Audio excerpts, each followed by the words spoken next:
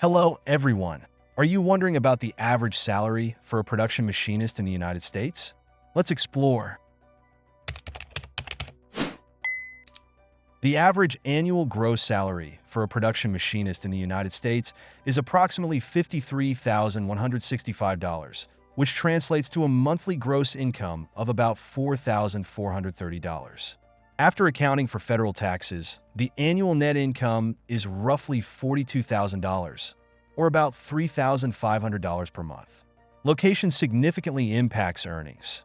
For instance, in San Jose, California, production machinists earn an average of $57,748 per year, while in Daly City, California, the average annual salary is approximately $57,518. Experience also plays a role. Entry-level production machinists with less than 1 year of experience earn about $40,391 annually, while those with over 8 years of experience can earn up to $50,915 per year.